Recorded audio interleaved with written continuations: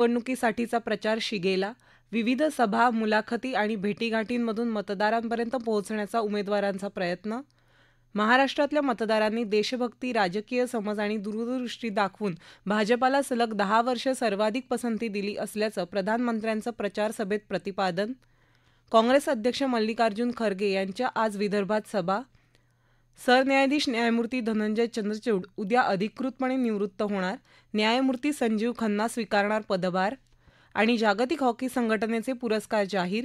भारताचा कर्णधार हरमनप्रीत सिंग वर्षातला सर्वोत्कृष्ट खेळाडू तर सर्वोत्तम गोलरक्षक ठरला PR श्रीजेश. महाराष्ट्रात विधानसभा निवडणुकीसाठीच्या प्रचाराला कमालीचा वेग घेतला आहे. विविध राजकीय पक्षांच्या प्रमुख नेत्यांच्या प्रचारसभा आणि पत्रकार परिषद आज राज्यभरात होत आहेत. वृत्तपत्र, वृत्तवाहिन्या आणि इतर समाजमाध्यम व्यासपीठांवर आपापली भूमिका मांडून उमेदवार आणि त्यांच्या पक्षाचे प्रचारक मतदारांपर्यंत पोहोचण्याचा प्रयत्न करत आहेत. महाराष्ट्रानं 2014 ते 2024 अशी 10 वर्ष भाजपाला सातत्यानं संधी दिली. महाराष्ट्रवासियांची देशभक्ती, राजकीय समज आणि दूरदृष्टी यातून दिसते, असं प्रतिपादन प्रधानमंत्री नरेंद्र मोदी यांनी केलं आहे. अकोला इथं एका प्रचारसभेत ते बोलत होते. महाराष्ट्राच्या नागरिकांनी दाखवलेल्या या विश्वासामुळे महाराष्ट्राची सेवा करण्यात वेगळंच सुख मिळतं, असंही ते म्हणाले.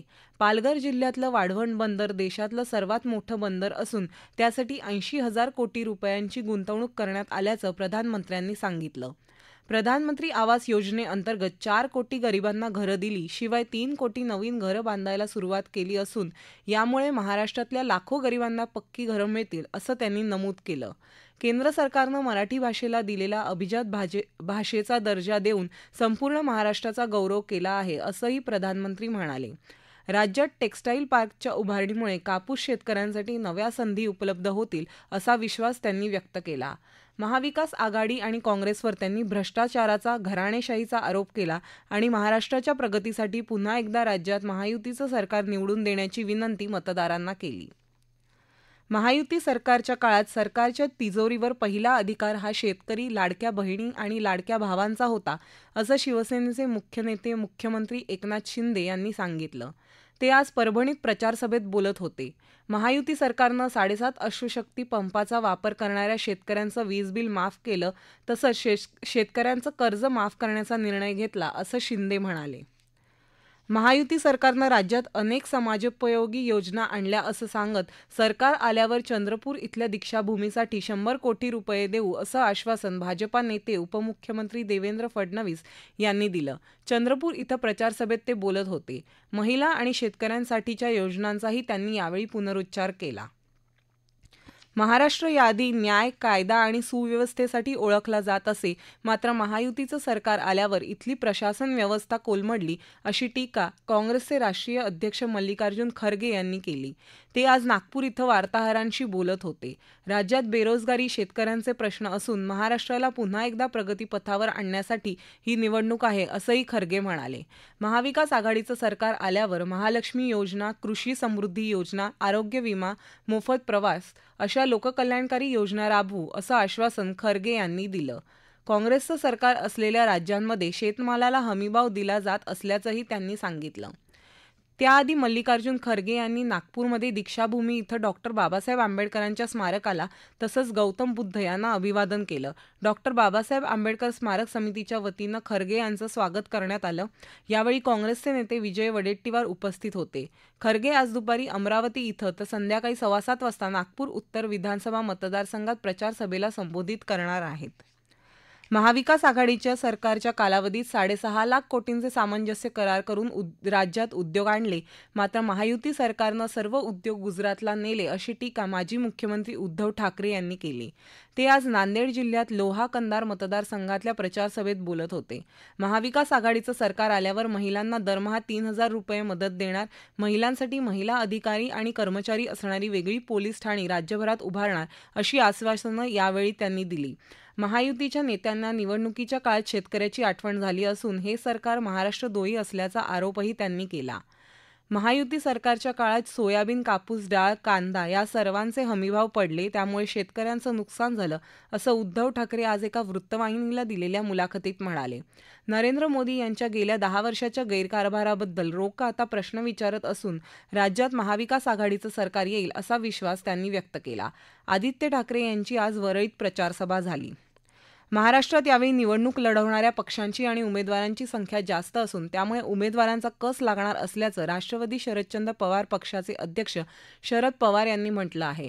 आज एका वृत्तवाहिनीला ते मुलाखत देत होते. शरद पवार यांनी हिंगोली इथं प्रचारसभेला संबोधित केलं. तसंच ते आज बीडमध्ये परळी आणि आष्टी इथे सभांना संबोधित करणार आहेत. महाराष्ट्र नवनिर्माण सेनाप्रमुख राज ठाकरे हे यवतमाळ इथं प्रचारसभा घेणार आहेत. सांगली मतदारसंघातले काँग्रेसचे उमेदवार पृथ्वीराज पाटील यांच्या प्रचारसभेला आज काँग्रेसचे आमदार विश्वजित कदम उपस्थित होते. या प्रादेशिक बातम्या आकाशवाणीच्या मुंबई केंद्रावरून देत आहोत. सरन्यायाधीश न्यायमूर्ती धनंजय चंद्रचूड उद्या रविवारी अधिकृतपणे निवृत्त होणार आहेत. त्यानंतर न्यायमूर्ती संजीव खन्ना देशाचे सरन्यायाधीश म्हणून पदभार स्वीकारतील. न्यायमूर्ती चंद्रचूड यांचा काल न्यायालयात शेवटचा दिवस होता. न्यायमूर्ती चंद्रचूड यांनी दिलेल्या काही महत्त्वाच्या निकालांमध्ये अयोध्या जमीन वाद, 2 प्रौढांनी सहमतीनं ठेवलेल्या समलिंगी संबंधांना मान्यता आणि अविवाहित महिलांना गर्भपाताचा अधिकार यांचा समावेश आहे. त्यांचे हे निर्णय समाज आणि राजकारणावर दूरगामी परिणाम करणारे होते. देशभरात आज राष्ट्रीय विधी सेवा दिन साजरा केला जात आहे. नागरिकांमध्ये कायदेविषयक जनजागृती व्हावी आणि समाजातल्या वंचित घटकांसह सर्व नागरिकांना न्याय प्रक्रियेचा लाभ मिळावा हा यामागचा उद्देश आहे. नागरिकांना त्यांच्या कायदेशीर हक्कांबाबत शिक्षण देण्यासाठी तसंच विविध प्रकल्प आणि योजनांच्या माध्यमातून विवाद निवारण यंत्रणा मजबूत करून अधिक न्याय समाजाची निर्मिती करण्यासाठी दरवर्षी हा दिवस साजरा केला जातो. विधानसभा निवडणुकीच्या निमित्तानं स्वीप अंतर्गत मतदार जनजागृतीसाठी उत्सव निवडणुकीचा अभिमान महाराष्ट्राचा हे विशेष अभियान राबवण्यात येत आहे. मुंबईत घाटकोपर रेल्वे स्थानकाबाहेर आज पथनाट्य सादर करून नागरिकांना त्यांचा मतदान प्रक्रियेतील सहभाग वाढवण्याबाबत आवाहन करण्यात आलं. स्वीप उपक्रमाअंतर्गत नवी मुंबई महापालिकेच्या कर्मचाऱ्यांनी आज मतदानाबाबत सामूहिक प्रतिज्ञा केली. महापालिकेच्या मुख्यालयात ज्ञानकेंद्रात झालेल्या या शपथग्रहण सोहळ्याला महापालिका आयुक्त डॉक्टर कैलास शिंदे उपस्थित होते. श्रोतेहो, विधानसभा निवडणुकीच्या निमित्तानं आढावा विधानसभा मतदारसंघांचा हा कार्यक्रम दररोज संध्याकाळी 7:10 अस्मिता वाहिनीसह प्रादेशिक वृत्त विभागाच्या यूट्यूबवरून प्रसारित केला जात आहे.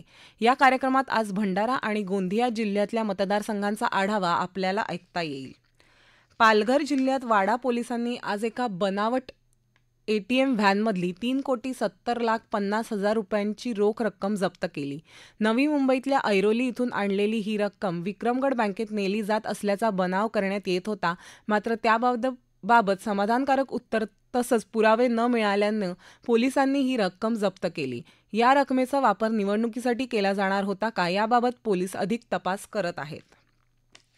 केंद्र शासनाच्या आधारभूत किंमत खरेदी योजनेअंतर्गत NCCFच्या वतीनं खरीप हंगाम 2024-25 साठी मूग, उडीद, सोयाबीन खरेदी केंद्र हिंगोलीत सुरू करण्यात आली आहेत.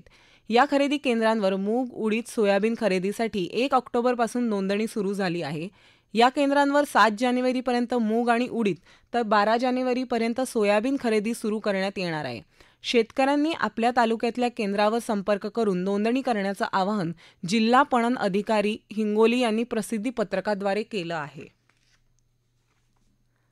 आंतरराष्ट्रीय हॉकी संघटनेतर्फे ओमानमध्ये 49वे FIH पुरस्कार 2024 जाहीर करण्यात आले. भारतीय हॉकी संघाचा कर्णधार हरमनप्रीत सिंगला वर्षातल्या सर्वोत्कृष्ट पुरुष खेळाडूचा पुरस्कार जाहीर करण्यात आला, तर माजी खेळाडू PR श्रीजेशला वर्षातील सर्वोत्तम गोलरक्षक म्हणून गौरवण्यात आलं आहे.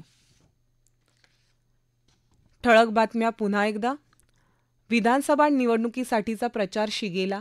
विविध सभा, मुलाखती आणि भेटीगाठींमधून मतदारांपर्यंत पोहोचण्याचा उमेदवारांचा प्रयत्न. महाराष्ट्रातल्या मतदारांनी देशभक्ती, राजकीय समज आणि दूरदृष्टी दाखवून भाजपाला सलग 10 वर्ष सर्वाधिक पसंती दिली असल्याचं प्रधानमंत्र्यांचं प्रचार सभेत प्रतिपादन. काँग्रेस अध्यक्ष मल्लिकार्जुन खरगे यांच्या आज विदर्भात सभा. सरन्यायाधीश न्यायमूर्ती धनंजय चंद्रचूड उद्या अधिकृतपणे निवृत्त होणार. न्यायमूर्ती संजीव खन्ना स्वीकारणार पदभार. आणि जागतिक हॉकी संघटनेचे पुरस्कार जाहीर. भारताचा कर्णधार हरमनप्रीत सिंग वर्षातला सर्वोत्कृष्ट खेळाडू तर सर्वोत्तम गोलरक्षक ठरला PR श्रीजेश. याबरोबरच आकाशवाणी मुंबई केंद्रावरचं हे प्रादेशिक बातमीपत्र संपलं. नमस्कार.